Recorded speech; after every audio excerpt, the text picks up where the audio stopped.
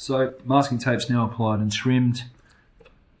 Neck pocket is now covered and protected, and also stuffed an old shirt into the sound hole there, so that should protect us completely for painting. Now, a couple of things just before we do start applying prime.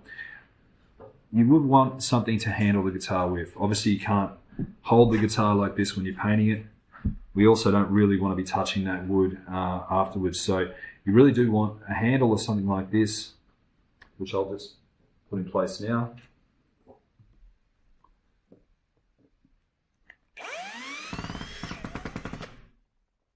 I can just handle the guitar like so. Yeah, so when I'm painting, for example, and hold the guitar back from here, and I can turn it without touching the body itself.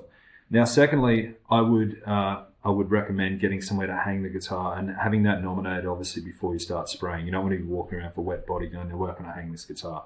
So obviously a well-ventilated area away from any wind or dust. I'm in the shed here, so I'm going to be using a space where I normally hang guitars after I paint them. I would not recommend leaving it outside to dry.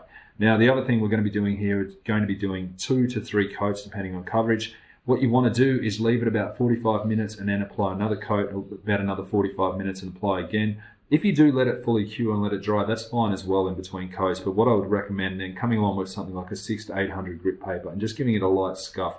All you're really trying to do is just rough up the surface and create a little bit of abrasion for the next coat to adhere to. Okay.